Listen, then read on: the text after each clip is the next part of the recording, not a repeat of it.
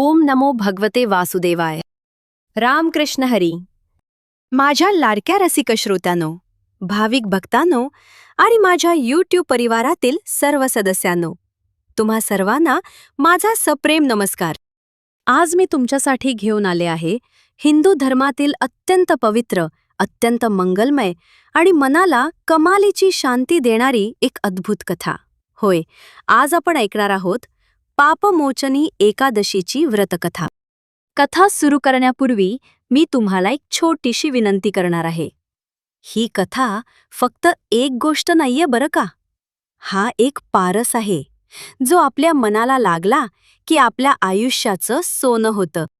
शास्त्र सांगतं की पापमोचनी एकादशीची ही कथा जो कुणी एकाग्र मनाने, श्रद्धेने आणि अगदी शेवटपर्यंत ऐकतो, त्याच्या हातून आजवर कळत नकळत झालेली जन्मोजन्मीची सारी पापे जळून खाक होतात आणि त्याला थेट श्रीहरी विष्णूंच्या चरणी जागा मिळते.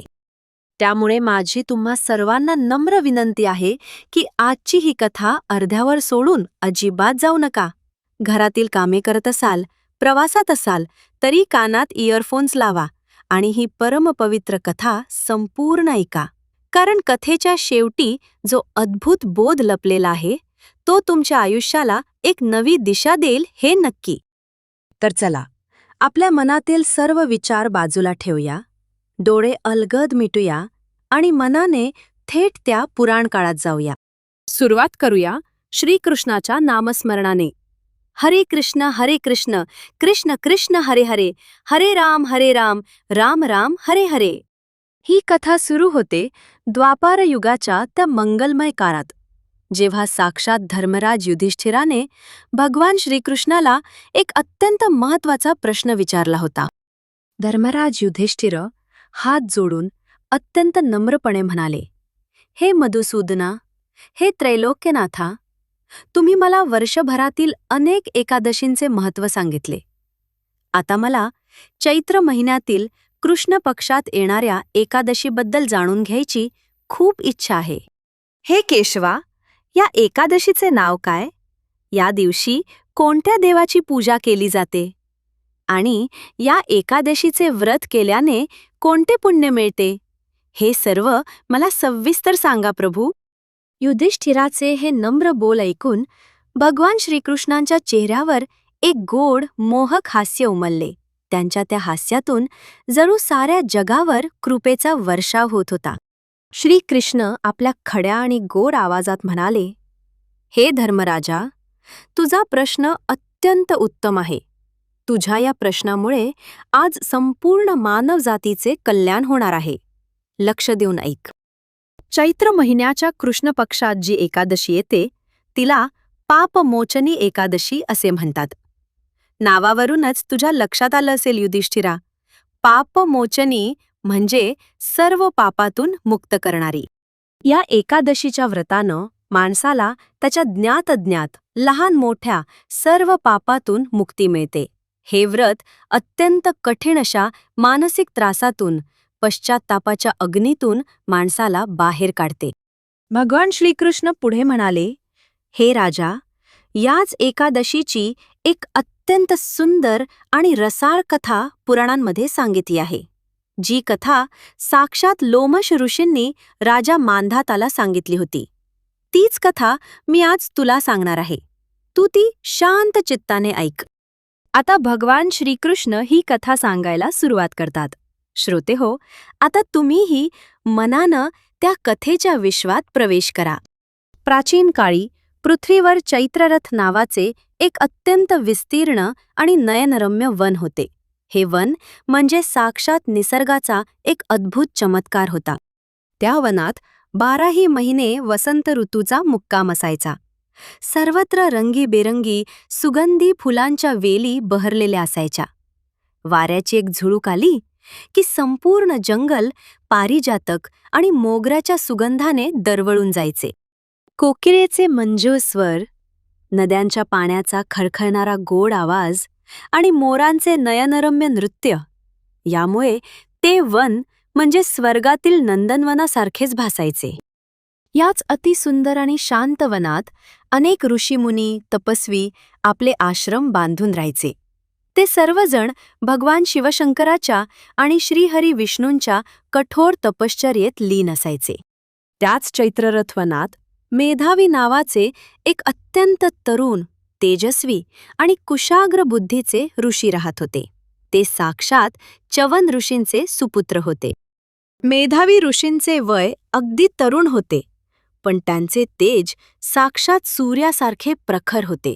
त्यांनी आपल्या तारुण्यातच जगातील सर्व मोहांचा, सुखांचा त्याग करून परमेश्वराच्या प्राप्तीसाठी कठोर तपश्चर्या सुरू केली होती.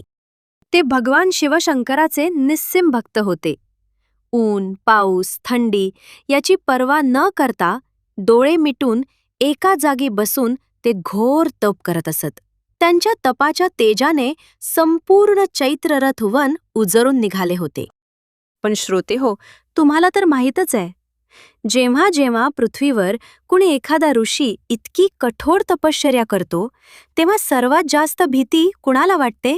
बरोबर, स्वर्गाचा राजा इंद्राला. इंद्राला नेहमी हीच भीती सतावत असते की हा ऋषी आपल्या तपाच्या पुण्याने माझे हे स्वर्गाचे सिंहासन तर बळकावणार नाही ना. आणि याच भीतीपोटी इंद्रदेव नेहमी ऋषींच्या तपश्चर्येत विघ्न आणण्याचा प्रयत्न करत असतात. जेव्हा मेधावी ऋषींच्या तपाची कीर्ती स्वर्गापर्यंत पोचली, तेव्हा इंद्राचे सिंहासन डळमळू लागले. इंद्राने विचार केला, हा तरुण ऋषी इतके उग्र तप करत आहे. जर याचे तप पूर्ण झाले तर तो नक्कीच माझ्याकडून माझा स्वर्ग हिरावून घेईल. काहीही करून याची तपश्चर्या भंग केलीच पाहिजे.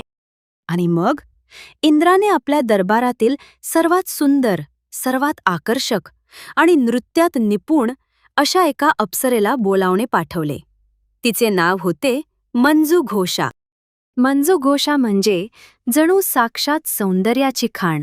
तिचे रूप इतके मोहक होते की कुणीही तिच्याकडे पाहिलं तर तो क्षणभर स्वतःला विसरून जायचा. तिचे चालणे म्हणजे जणू राजहंसाची डौलदार चाल आणि तिचा आवाज म्हणजे जणू स्वर्गीय संगीत. इंद्राने मंजू घोषेला आज्ञा दिली, हे मंजू घोषे, तू आत्ताच्या आत्ता चैत्ररथ वनात जा. तिथे मेधावी नावाचे एक तरुण ऋषी कठोर तप करत आहेत. तू तुझ्या सौंदर्याची, नृत्याची आणि गायनाची जादू वापरून त्या ऋषींची तपश्चर्या भंग कर. हे काम तुला करायचेच आहे. इंद्राची ही आज्ञा ऐकून मंजू घोषेच्या काळजात धस्स झाले. ती घाबरली. तिला माहीत होते की मेधावी ऋषी किती तेजस्वी आहेत. ती हात जोडून इंद्राला म्हणाली, महाराज, ते एक महान तपस्वी आहेत. त्यांच्या अंगात तपाचे प्रचंड तेज आहे. जर मी त्यांची तपश्चर्या भंग करण्याचा प्रयत्न केला आणि त्यांना राग आला तर ते आपल्या क्रोधाग्नीने मला भस्म करून टाकतील किंवा मला एखादा भयंकर शाप देतील. महाराज, मला तिकडे पाठवू नका. पण इंद्रा ऐकणार थोडीच. इंद्रानं तिला सक्त ताकीद दिली, ही माझी आज्ञा आहे, तुला जावेच लागेल. नाईलाजाने, थरथरत्या मनाने मंजू घोषा पृथ्वीवर चैत्ररथ वनात आली. जेव्हा ती त्या वनात पोहोचली तेव्हा तिने पाहिले की मेधावी ऋषी एका झाडाखाली पद्मासनात बसून डोळे मिटून ध्यानात मग्न आहेत. त्यांच्या चेहऱ्यावरील तेज पाहून तिचे डोळे दिपून गेले. तिला त्यांच्या जवळ जाण्याचीही हिंमत होईना. ती त्यांच्यापासून बऱ्याच अंतरावर एका सुंदर फुलांनी बहरलेल्या झाडाखाली जाऊन उभी राहिली. तिने विचार केला, मी यांच्या अगदी जवळ गेले तर हे नक्कीच मला जाळून भस्म करतील. त्यापेक्षा मी दुरूनच प्रयत्न करते. तिने तिथेच आपला एक छोटासा तंबू थाटला आणि ती ऋषींची तपश्चर्या भंग करण्यासाठी योग्य वेळेची वाट पाहू लागली. आता इकडे स्वर्गात इंद्राला वाटले की मंजू घोषा एकटीच आहे. ती ऋषींचे तप भंग करू शकेल की नाही याची खात्री नाही. म्हणून इंद्राने साक्षात कामदेवाला तिच्या मदतीसाठी पाठवले. कामदेव म्हणजे प्रेमाचा, आकर्षणाचा आणि वासनेचा देव. जेव्हा कामदेव चैत्ररथ वनात पोहोचला तेव्हा वनाचे वातावरणच बदलून गेले. अचानक वनात वसंत ऋतू अत्यंत बहरून आला. झाडांवर नवनवीन रंगाची फुले उमलू लागली. एक मंद, सुगंधी आणि मादक असा वारा वाहू लागला. हवेत एक विचित्र प्रकारची धुंदी पसरली. कामदेवाने आपले पुष्पबाण आपल्या धनुष्यावर चढवले आणि तो योग्य संधीची वाट पाहू लागला. इकडे मंजुघोषेला समजले की कामदेव आपल्या मदतीला आला आहे. तिच्या अंगातही आता बळ आले. तिने आपल्या पायात घुंगरू बांधले. आपल्या अंगावर अत्यंत सुंदर आणि आकर्षक वस्त्रे परिधान केली आणि मग तिने आपला अत्यंत सुमधुर आणि मादक आवाज लावून गाणे गायला सुरुवात केली. सोबतच ती अत्यंत मोहक अशा अदा करत नृत्य करू लागली. तिच्या त्या गोड आवाजाने, तिच्या पैंजणांच्या छुमछुम आवाजाने वनातील शांतता भंग पावली. नेमक्या त्याच वेळी कामदेवाने आपला अमोघ असा कामबाण मेधावी ऋषींच्या दिशेनं सोडला. तो बाण थेट मेधावी ऋषींच्या हृदयाला जाऊन भिडला. श्रोते हो, बघा बरं का, माया किती प्रबळ असते. तपश्चर्येत लीन असलेल्या ऋषींच्या कानावर जेव्हा तो मधुर आवाज पडला आणि कामदेवाचा बाण लागला, तेव्हा त्यांचे ध्यान तुटले. त्यांनी हळूच आपले डोळे उघडले. डोळे उघडताच त्यांच्या समोर काही अंतरावर एक अत्यंत सुंदर स्वर्गीय अप्सरा नृत्य करत होती. तिचे ते मोहक रूप, तिचे ते काळेभोर लांब केस, तिचे ते कमळासारखे डोळे आणि तिचे ते मादक हास्य पाहून मेधावी ऋषींची शुद्ध हरपली. ते तिचे रूप डोळे भरून पाहू लागले. त्यांची तपश्चर्या, त्यांचे व्रत, त्यांचा वैराग्यभाव, सगळं काही जणू क्षणार्धात विरघळून गेलं. मंजुघोषेने पाहिले की ऋषींनी डोळे उघडले आहेत आणि ते आपल्याकडेच पाहत आहेत. ती अत्यंत नजाकतीने हळूहळू चालत त्यांच्या जवळ आली. तिने आपल्या नाजूक हातांनी आपली वीणा छेडत त्यांच्या डोळ्यात डोळे घालून पाहिले. मेधावी ऋषी पूर्णपणे तिच्या प्रेमात, तिच्या मोहात अडकले. कामदेवाचा प्रभाव इतका जबरदस्त होता की मेधावी ऋषींनी आपल्या तपाची जागा सोडली आणि ते मंजुघोषेजवळ गेले. त्यांनी आपला सर्व संयम गमावला. त्यांनी मंजुघोषेला आपली पत्नी म्हणून स्वीकारले. आणि मग सुरू झाला एक वेगळाच अध्याय. तपस्वी मेधावी आता संसारी मेधावी झाले होते. ते दोघेही त्या चैत्ररथ वनात एका सुंदर आश्रमात पती पत्नीसारखे राहू लागले. श्रोते हो, कधीकधी माणसाला संसाराच्या मोहात वेळ कसा निघून जातो हे कळतच नाही. आपण ऐहिक सुखांमध्ये इतके अडकतो की आपले मूळ ध्येय आपण विसरून जातो. मेधावी ऋषींचेही तसेच झाले. मंजुघोषेच्या प्रेमात ते दिवस आणि रात्र विसरून गेले. दोघांचे जीवन अत्यंत सुखात चालू होते. त्यांना वाटले की ते फक्त काही दिवसच एकत्र आहेत. पण पाहता पाहता 1-2 नव्हे तर तब्बल 57 वर्ष उलटून गेली. होय, 57 वर्ष. स्वर्गीय अप्सरा आणि महान ऋषी असल्यामुळे त्यांच्यासाठी हा काळ जणू एका क्षणासारखा निघून गेला. एक दिवस अचानक मंजुघोषेच्या मनात विचार आला, अरे रे, मी तर अप्सरा आहे. स्वर्गलोक हे माझे खरे घर आहे. मी इथे पृथ्वीवर किती काळ राहणार? आता मला माझ्या घरी, स्वर्गात परत गेले पाहिजे. तशी ती अत्यंत नम्रपणे हात जोडून मेधावी ऋषींजवळ आली आणि म्हणाली, हे स्वामी, हे प्राणनाथ, आता मला माझ्या लोकात म्हणजे स्वर्गलोकात जाण्याची आज्ञा द्या. मेधावी ऋषी, जे अजूनही तिच्या प्रेमाच्या धुंदीत होते, ते हसून म्हणाले, अगं प्रिये, एवढी काय घाई आहे? तू तर नुकतीच आली आहेस. आजची रात्र तरी इथे थांब. उद्या सकाळ झाली की मग जा स्वर्गात. हे ऐकून मंजुघोषेला हसू आले. ती अत्यंत भीतीने आणि संकोचाने म्हणाली, हे स्वामी, तुम्ही हे काय म्हणत आहात? मी नुकतीच आली आहे.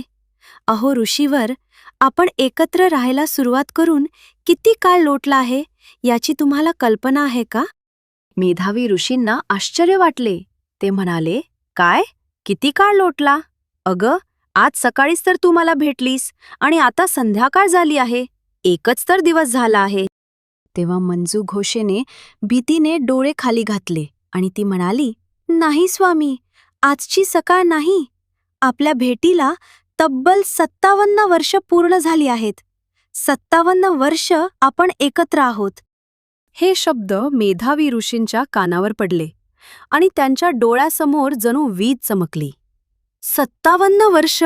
ते जोरात ओरडले. त्या क्षणी त्यांच्या डोळ्यांवरची प्रेमाची, मोहाची पट्टी गळून पडली.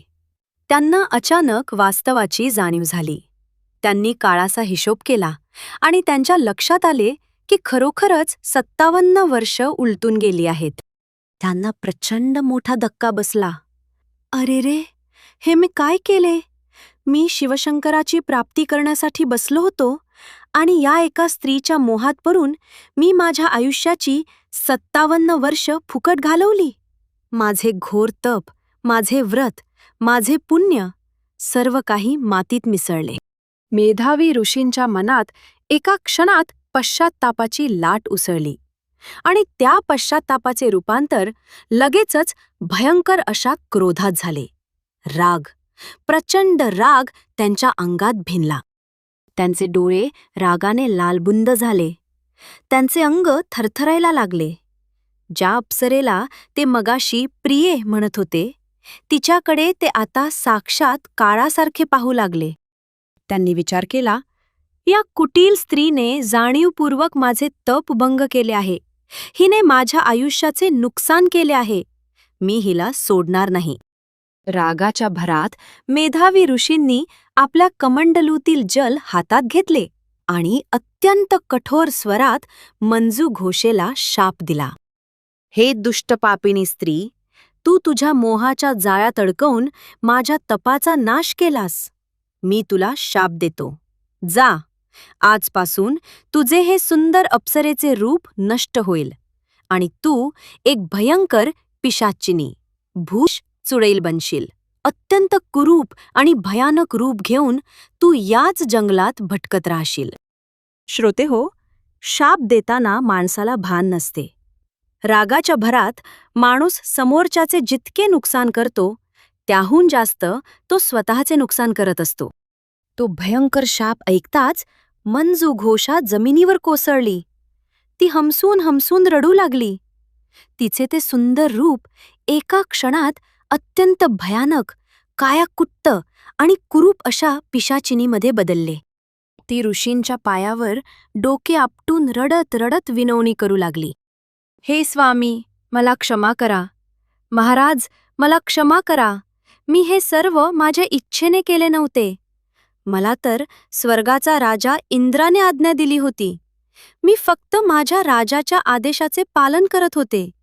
माझा यामध्ये कोणताही दोष नाही. कृपया माझ्यावर दया करा. मला या भयानक पिशाच योनीतून मुक्त करा. मला शाप द्या स्वामी." ती अत्यंत करुण स्वरात रडत होती. तिचे ते दुःखज, तिचा तो पश्चात्ताप पाहून मेधावी ऋषींचा राग थोडा शांत झाला. शेवटी ते एक ऋषी होते. त्यांच्या हृदयात दया होती. त्यांना स्वतःच्या रागाचीही लाज वाटली. त्यांनी विचार केला, खरे तर चूक माझीच आहे. मी माझ्या इंद्रियांवर ताबा ठेवू शकलो नाही. हिने तर फक्त प्रयत्न केला, पण मी स्वतःहून मोहात पडलो आणि वरून हिला शाप दिला. ते शांत स्वरात मंजू घोषेला म्हणाले, "हे मंजू घोषे, जे घडले ते अत्यंत वाईट घडले. मी रागाच्या भरात तुला भयंकर शाप दिला. पण आता मी तुला यातून मुक्त होण्याचा मार्ग सांगतो. लक्ष देऊन ऐक. चैत्र महिन्याच्या कृष्ण पक्षात जी एकादशी येते, तिला पापमोचनी एकादशी म्हणतात. ही एकादशी सर्व पापांचा नाश करणारी आहे. तू या एकादशीचे अत्यंत श्रद्धेने, भक्तिभावाने आणि कठोर नियमाने व्रत कर.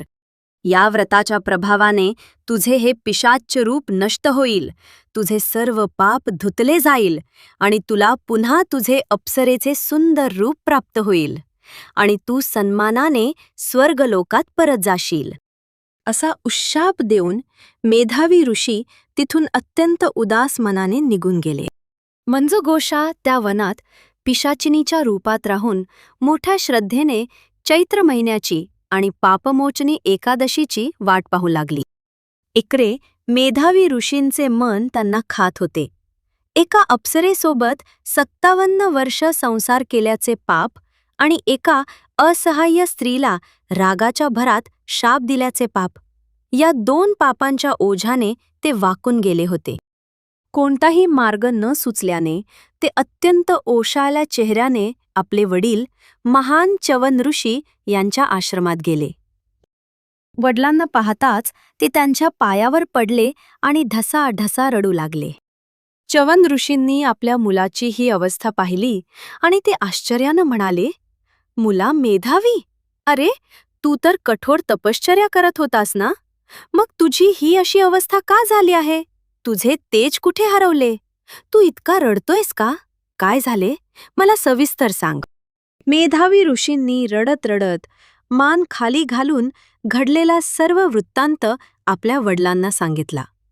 अप्सरेचे येणं, आपले मोहात पडणं, 57 वर्ष एकत्र राहणं आणि नंतर रागानं तिला दिलेला पिशाचिनीचा शाप, सर्व काही त्यांनी खरे खरे सांगितले. शेवटी ते हात जोडून म्हणाले, "पिताश्री, माझ्या हातून महापाप घडले आहे. माझे सर्व तप नष्ट झाले आहे. मला या पापाच्या ओझातून मुक्त व्हायचे आहे. कृपया मला एखादा प्रायश्चित्ताचा मार्ग सांगा." च्यवन ऋषी हे अत्यंत ज्ञानी आणि शांत वृत्तीचे होते. त्यांनी मुलाला जवळ घेतले आणि समजावत म्हणाले, "हे पुत्रा, जे झाले ते झाले. माणसाकडून चुका होतात. वासना आणि क्रोध हे माणसाचे सर्वात मोठे शत्रू आहेत. तू वासनेला बळी पडलास हे तुझे पहिले पाप, आणि तू रागाच्या भरात एका स्त्रीला शाप दिलास हे तुझे दुसरे महापाप. पण बाळ, निराश होऊ नकोस. आपल्या हिंदू धर्मात आणि शास्त्रात प्रत्येक चुकीवर, प्रत्येक पापावर प्रायश्चित्त सांगितले आहे. भगवान श्रीहरी विष्णू अत्यंत दयाळू आहेत. जे व्रत तू त्या अप्सरेला सांगितले आहेस तेच व्रत तू स्वतःसुद्धा कर. येत्या चैत्र कृष्ण पक्षातील पापमोचनी एकादशीचे व्रत तू कर. भगवान विष्णूंची मनोभावे पूजा कर. रात्रभर जागरण करून श्रीहरींचे नामस्मरण कर. या एका व्रताने तुझ्या हातून घडलेली ही सर्व पापे जळून भस्म होतील आणि तुला तुझे हरवलेले तेज पुन्हा प्राप्त होईल. वडिलांचे हे शब्द ऐकून मेधावी ऋषींना मोठा आधार वाटला. काही दिवसांनी चैत्र महिना आला. चैत्र कृष्ण पक्षातील एकादशीचा तो मंगलमय दिवस उजाडला. इकडे चैत्ररथ वनात त्या पिशाच्य योनीत असलेल्या मंजू घोषेने पापमोचनी एकादशीचे व्रत अत्यंत कठोरपणे केले. तिने दिवसभर काहीही खाल्ले नाही, पाण्याचा एक थेंबही पिला नाही. रात्रभर ती श्रीहरींच्या नावाने रडत प्रार्थना करत जागी राहिली. आणि तिकडे च्यवन ऋषींच्या आश्रमात मेधावी ऋषींनीही सर्व नियम पाळून भक्तिभावाने पापमोचनी एकादशीचे व्रत पूर्ण केले. श्रोतेहो, एकादशीचा महिमाच असा अगाध आहे. दुसऱ्या दिवशी म्हणजे द्वादशीला सूर्योदय होताच एक मोठा चमत्कार झाला. पापमोचनी एकादशीच्या व्रताच्या प्रचंड पुण्यामुळे मंजू घोषेचे ते भयानक पिशाच्य रूप एका क्षणात नाहीसे झाले. आकाशातून फुलांचा वर्षाव झाला आणि ती पुन्हा एकदा पूर्वीसारखीच अत्यंत सुंदर, दिव्य आणि तेजोमय अप्सरा बनली. तिने आकाशाकडे पाहून भगवान विष्णूंचे आभार मानले आणि स्वर्गातून आलेल्या विमानात बसून ती अत्यंत सन्मानाने स्वर्गलोकात परत निघून गेली. आणि इकडे मेधावी ऋषींचेही सर्व पाप नष्ट झाले. त्यांच्या चेहऱ्यावर पूर्वीसारखेच सूर्यासारखे प्रखर तेज पुन्हा निर्माण झाले. त्यांचे हरवलेले तपोबळ त्यांना पुन्हा प्राप्त झाले. त्यांनी आपले उर्वरित आयुष्य भगवान विष्णूंच्या भक्तीत व्यतीत केले आणि शेवटी त्यांना वैकुंठ लोकाची प्राप्ती झाली. भगवान श्रीकृष्ण धर्मराज युधिष्ठिराला ही कथा सांगून पूर्ण करतात आणि म्हणतात, "हे युधिष्ठिरा, पाहिलेस? एका अप्सरेचे आणि एका ऋषींचे किती मोठे पाप या व्रताने नष्ट झाले. म्हणूनच या एकादशीला पापमोचनी म्हटले जाते.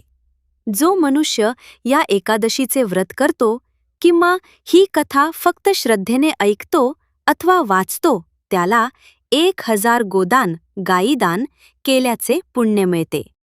हे व्रत केल्याने माणसाच्या मनातील राग, लोभ, मोह, मत्सर यांसारखे विकार नष्ट होतात आणि त्याचे मन शुद्ध होते.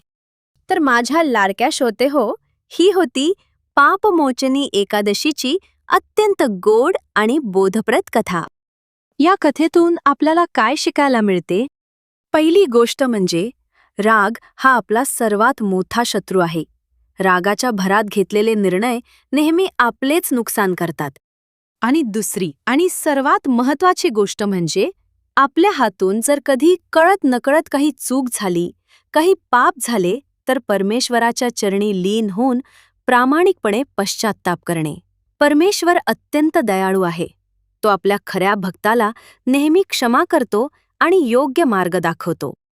चला तर मग आपणही या पापमोचनी एकादशीच्या दिवशी श्री हरी विष्णूंच्या चरणी लीन होऊया आणि प्रार्थना करूया की हे प्रभू, आमच्या हातून आजवर ज्या काही चुका झाल्या असतील त्याबद्दल आम्हाला क्षमा कर आणि आम्हाला तुझी निस्सीम भक्ती दे. माझ्या सर्व YouTube परिवाराला एक छोटीशी विनंती.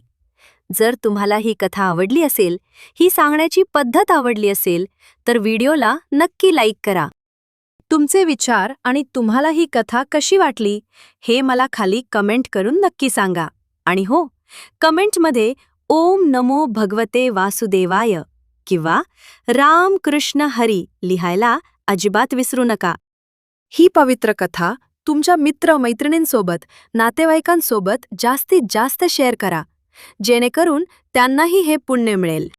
आणि जर तुम्ही माझ्या चॅनलवर नवीन असाल, तर अशाच सुंदर आणि आध्यात्मिक कथा ऐकण्यासाठी चॅनलला लगेच सबस्क्राईब करा आणि शेजारची घंटी नक्की दाबा. पुन्हा भेटूयात अशाच एका सुंदर आणि मंगलमय कथेसोबत.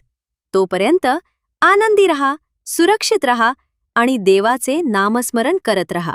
सर्वांना पापमोचनी एकादशीच्या खूप खूप मंगलमय शुभेच्छा. राम कृष्ण हरी. ओम नमो भगवते वासुदेवाय. जय श्री कृष्ण.